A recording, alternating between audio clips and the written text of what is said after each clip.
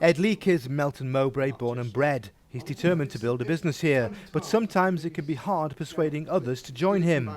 He's got a vacancy for a digital marketer with expertise in pay-per-click advertising, but he's struggling to find the right candidate to even come for an interview. Went down the traditional route of using online recruiting websites and LinkedIn, pursuing people on LinkedIn as well, you know, headhunting ourselves, the team and myself, with not great success. It might be because of where we're located. So I did try a few recruitment agencies. They didn't really come up with the goods because the role was quite niche in what it is, and we're in ourselves quite a niche industry.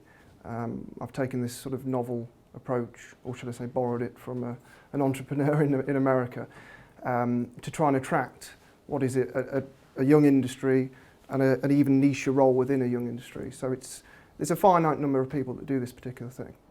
So what have you offered then in way of incentives for people to come along? It uses the same process as most interviews would. CV, phone interview, bit of vetting, make sure that both sides are happy, they like what I have to say on the phone, and vice versa.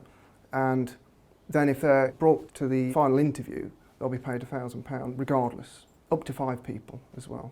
It may be 2, maybe 3, but it's up to 5. I can't afford more than that. And how's that gone? Tricky. Without a bit of publicity behind it, it was quite difficult. So we promoted it on social media to start with. We put some, bit of budget behind it. It's attracted about 100,000 impressions, which is quite good. But the right candidates weren't coming forward. There were candidates that want to work remote and that sort of thing. But the recent piece in the Leicester Mercury, for example, has brought some local attention, which is great. So we're starting to see the appropriate candidates filter through now.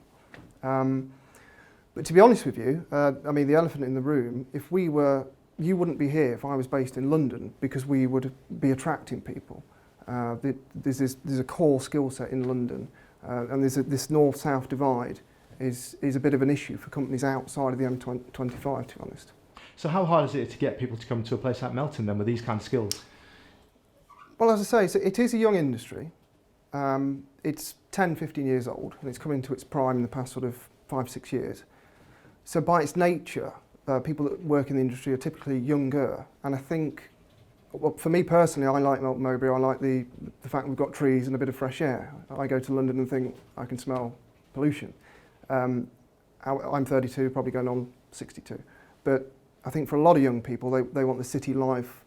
They do want the wine bars and the nightlife and that sort of thing, which unfortunately Melton can't offer. However, it can offer the fact that if you live in Leicester or Nottingham or Lincoln or wherever it may be, you commute away from the traffic. So actually it's a decent commute. It's easier than driving into Leicester or Nottingham. So there is a plus point. And of course you don't drink and party when you're at work, so you can still go home and do that in Leicester or Nottingham anyway. Has it surprised you how hard it's been to get a good candidate to come here? Yes and no. I think, the office is being renovated. This is sort of our holding pen. There's only a few of us in today, but once the new office is on display, I think we can put across our culture a bit easier, and that we're hard-working, but we're easygoing.